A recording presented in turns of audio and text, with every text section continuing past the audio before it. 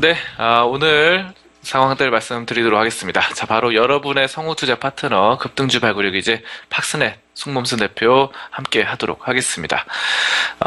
자, 오늘 먼저 말씀드릴 것은 이 자신의 투자를 맹신해서는 안 된다라는 점이에요. 맹신. 너무 믿어서는 안 된다. 나 스스로를 믿어서는 안 된다라는 점인데, 우리가 가끔씩 그런 오류를 범합니다. 내가 투자하는 것이 100% 맞다. 100%. 100%는 없습니다, 여러분들. 100%라는 건 없어요. 사실상 저도 마찬가지예요. 저도 100%는 될 수 없습니다. 이거 왜냐하면은 변수가 있기 때문에 변수가 있기 때문에 정말 괜찮은 기업이 있다. 정말로 뭐 실적 가치도 좋고 뭐 부채도 별로 없고 그리고 뭐 유보율도 많고 또 대형주의 브랜드 가치가 있고 뭐 여러 가지 업황도 좋아지고 다들 좋아지고 있는 그런 상황이었다 칩시다. 자, 그런 상황에서 투자를 했다. 무조건 수익이 날까요? 그리고 막 주가도 많이 떨어졌다가 다시 반등하는 상승세였고 외국인도 사들이고 기관도 사들였다.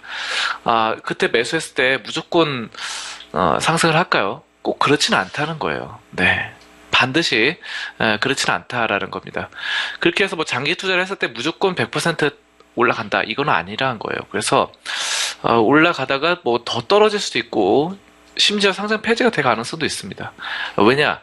변수가 있기 때문이죠. 실적이 좋았던 부분, 실적이 갑자기 안 좋아질 수도 있습니다. 그리고 부채가 적었던 것도 사실을 알고 보니까 뭐 사채 같은 걸 써가지고 굉장히 부채가 많았다더라. 아니면 갑자기 또 대량 부채를 들여올 수도 있는 거고요. 실적이 안 좋아져서. 자, 그렇습니다. 그리고 뭐 회계 조작도 할 수 있죠. 재무제표 같은 거 조작도 할 수 있는 거고, 또 이런 부분들 외국인이나 기관이 갑자기 매도세로 전향할 수도 있는 겁니다.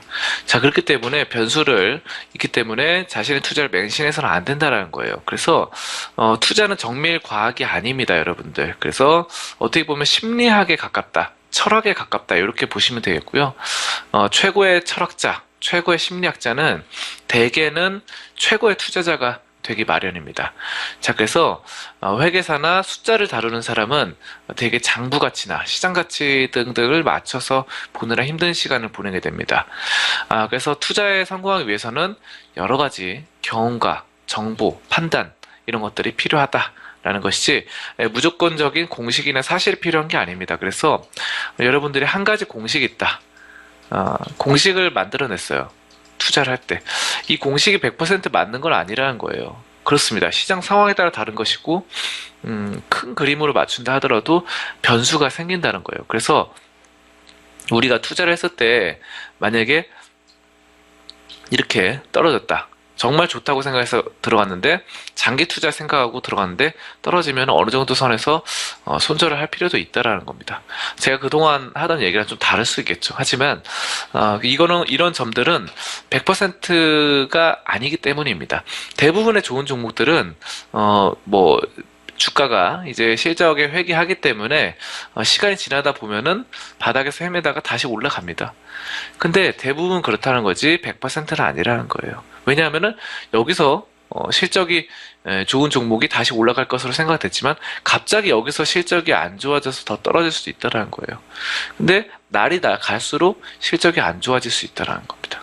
이상하게도 갑자기 그런 천재지변이 닥칠 수도 있는 겁니다. 여러분들 그거는 진짜 정말이지 이 투자의 세계 그리고 기업의 세계는 온갖 술수가 있고 또 서로 속이고 뭐 이런 것들이 있기 때문에 100%라는 건 없는 겁니다. 자, 그래서 가장 성공적인 투자자는 자기 자신이 가진 돈 대부분을 그의 가장 성공적인 아이디어에 투자하고 또 가장 나쁜 아이디어에는 최소한의 돈만 투자하는 사람인데요.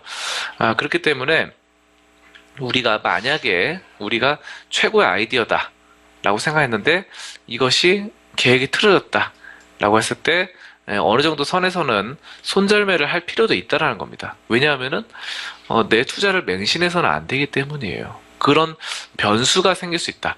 가까운 사례로 기업의 가치 투자를 최고로 여기는 워렌 버핏 같은 경우도 그 IBM 투자 사례가 있었죠. IBM. 요게 지금 투자를 했었는데 실패했어요. 한 5년, 6년 이상 투자했는데 실패해서 손절매를 하고 나왔습니다. 결국은 최근에 그렇습니다. 그래서 자신의 투자를 실패를 인정을 했어요. 여러분들 자기가 투자 실패한 것을 인정을 하는 것이 가장 중요합니다.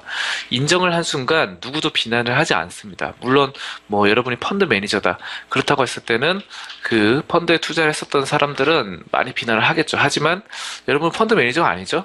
펀드 매니저를 하더라도 사실상 워렌 버핏도 자신의 그 투자에 실패를 인정을 했지만 그 주주들이 그렇게까지 욕을 하지는 않았어요. 실제로 뭐 잠깐 욕을 하더라도 잠깐 욕하고 마는 거지 이것이 장기적으로 보면은 긍정적인 신호다라는 점 말씀드리겠습니다. 자, 그래서 자신의 실패를 인정해야 된다. 자기가 투자를 했을 때 실패를 했을 때 인정을 하고 손절매를 할 때는 끊어야 됩니다. 언제까지고 뭐 10년, 20년, 30년 계속해서 손실이 난 상태로 갈 수는 없는 거예요. 그래서 어느 정도 기다리고 있을 필요는 있어요. 사실상 뭐 장기 투자를 하실 필요는 있지만 뭐 10년이 넘어간다 이랬을 때는 어느 정도는 손실을 인정하는 게 좋겠습니다. 자, 그렇습니다. 그래서 이런 점도 말씀드리고 어떤 약을 만약에 여러분들이 복용을 했어요. 만약에 몸이 아파서 그래서 몸에 맞으면은 그 약이 몸에 맞으면은 그 약 처방을 늘릴 수 있겠죠. 하지만 몸에 맞지 않으면은 복용을 중단해야 되는 거예요. 중단. 만약 의사가 내려줬다. 의사가 처방을 해줬어요. 의사 처방해서 여러분들 의사를 신뢰를 하죠. 그쵸? 신뢰를 하는데 그 의사가 내려준 약이 자신의 몸에 맞아 떨어진다. 라고 했을 때는 계속 가져가면 되는데, 문제는 뭐, 3년이고 5년이고 계속 복용을 하는데, 잘 안 맞는 경우가 있습니다. 잘 안 맞으면은, 어느 정도 선에서는, 손절을 하실 필요가 있다라는 거예요. 자, 그런 겁니다. 자, 그래서 그 약을 복용을 중단해야 된다라는 거고, 손절매의 중요성은 미국의 유명한 이 주식, 뉴욕 센트럴에서 또 말씀을 드릴 수 있겠습니다. 뉴욕 센트럴은 우량하고 또 수익을 잘 내는 좋은 기업이었어요. 정말 우수한 우량주다. 이런 식으로 말씀드릴 수 있겠네요. 자, 그런데 뉴욕 센트럴이 1929년에 주당 순이익 16달러를 기록을 했습니다. 자, 그리고 8달러의 배당금을 지급을 했어요. 자, 그리고 주가는 250달러를 상회했습니다. 자, 그런데 24년이 지난 1953년에 뉴욕 센트럴의 주당 순이익이 5달러예요. 그리고 배당금은 1달러에 그쳤습니다. 주가는 평균 21달러였어요. 와, 이게 뭐냐면은 정확히 다시 비교를 해드리겠습니다. 주당 순이익이 높으면 높을수록 좋죠. 순이익이니까. 근데 1929년에 어땠어요? 29년에 16달러였는데 주당 순이익이. 근데 53년에 얼마? 5달러. 와, 지금 세월이 얼마나 흘렀어요? 24년이 흘렀습니다.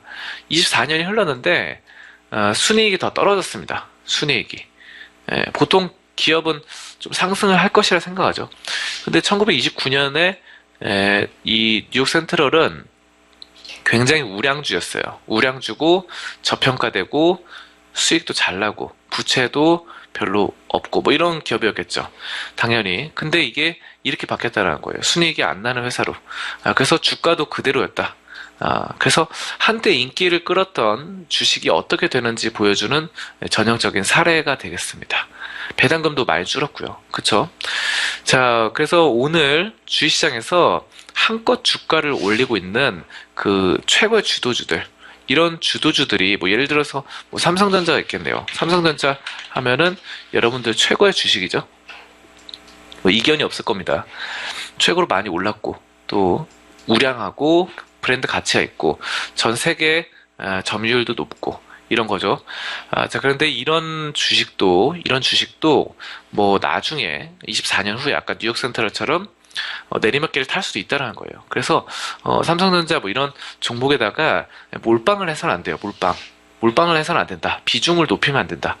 그래서 분산 투자 중요하겠고 추가 매수도 함부로 막 하면 안 됩니다. 그래서 어느 정도 하다가 30%를 넘기면 안 돼요. 비중을. 30% 넘기면 안 되고 어느 정도 추가 매수하다가 안 된다 싶으면 손절매를 해야 됩니다. 아시겠죠? 그렇다는 거, 자신의 실수를 인정할 수 있어야 된다. 이것이 가장 중요하겠습니다. 자, 그래서 이런 점도 말씀드리고, 오늘 주시장에서 가장 인기 있는 뭐 삼성전자라든가 아니면 뭐 급등하는 테마주들, 뭐 이런 것도 있죠. 그런 테마주들이 이런 아까 뉴욕 센트럴과 같은 운명을 맞지 않으리라고는 누구도 장담할 수 없습니다. 자, 그래서 추세가 내려간다 싶으면은 아무리 재무제표가 좋고, 뭐 수급이 좋고, 모멘텀 거래량도 많고, 뭐 여러 가지 지표도 좋다 하더라도, 어, 어느 정도 선에서는 손절매를 할 필요가 있어요. 제 기준을 말씀드리면은, 저는 그렇습니다. 저는 뭐, 한 마이너스 30%가 넘어가면은, 이 종목에 대한 투자가 좀 잘못됐다라고 생각을 해요. 처음 매수 시점부터 좀 잘못됐다. 마이너스 30%가 넘어간다.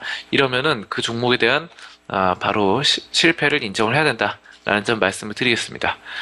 자, 그래서 손절매도 아무리 가치 투자는 보통 손절매가 없다, 뭐 이런 얘기를 하지만 어느 정도 선에서는 좀 타협을 할 필요가 있다라는 점 말씀드리겠습니다.